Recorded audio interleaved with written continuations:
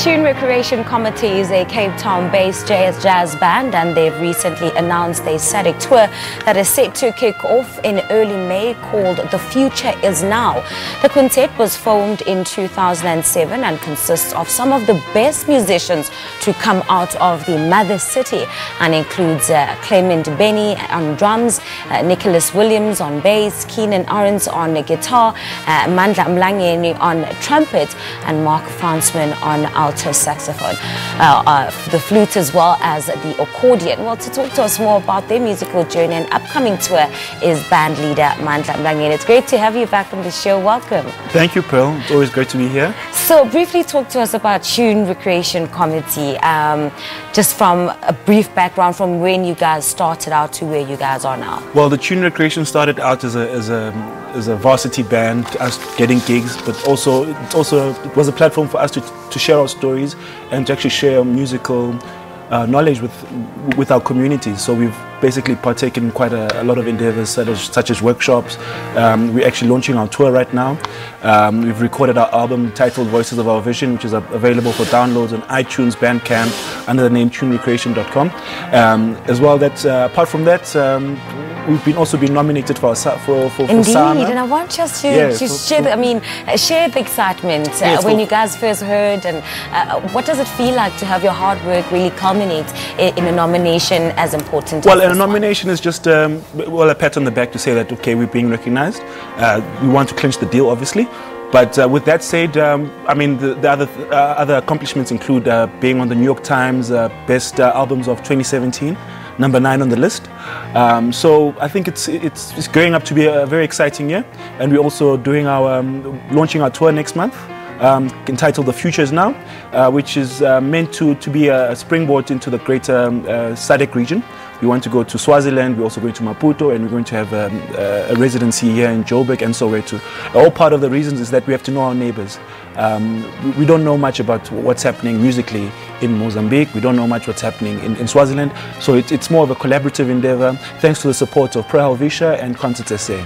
All right, fantastic. Now, let's talk about Voices of Our Vision, which you guys just recently launched. Tell us about this offering. What can your fans expect this time around from you guys? Well, the Voices of Our Vision is how we want to see ourselves. We have to sing our songs that give praise to our stories and our own experiences.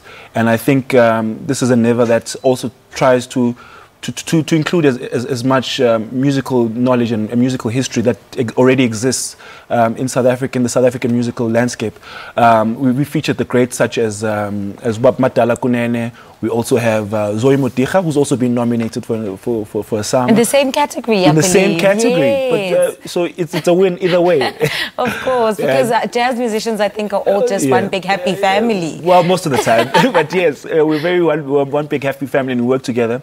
So, and we also feature Ronan Skillin, and quite a lot. The album was produced by Mark Fransman, who plays all these instruments, and we've had quite a very good run, and we're looking forward to actually bringing out to the people. We also have a performance at the Soweto Theatre on Africa Day on the 24th and the 25th of May, and quite a couple of runs in Johannesburg. And predominantly we want to work with the youth.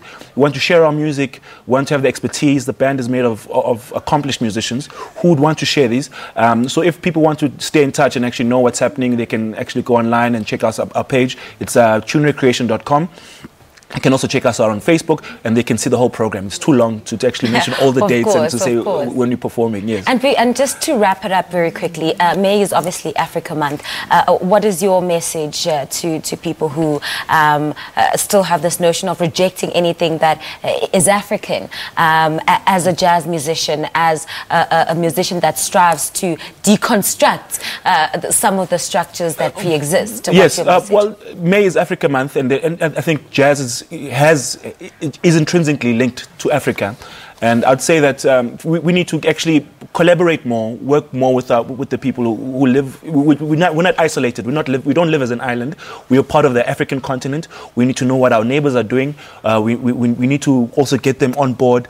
We need to dismantle the walls of xenophobia. We need to dismantle the walls of ignorance. We need to actually start making the moves of us actually being the first to instigate or initiate collaborations. So I think that it's definitely a springboard. We're actually looking to actually go to not just Swaziland and Mozambique. We actually want to go everywhere. And usually the focus is actually to go to Europe, to go to America. But yet I think that we need to focus more on what is actually happening in Africa. Indeed, charity begins at home. Charity begins at home. And you find that Africa has influenced so much of the cultural, the musical landscape of the world. The 21st century music, 20th century music comes from Africa and is something that we should actually interrogate more. Mandla, we can chat all morning long. Thank you so much for making the time to be on this shirt. And here's a shirt for you. Oh, amazing. By the TRC.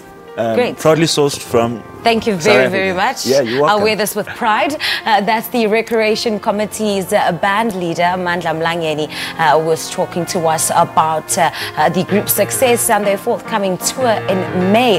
It's titled The Future Is Now.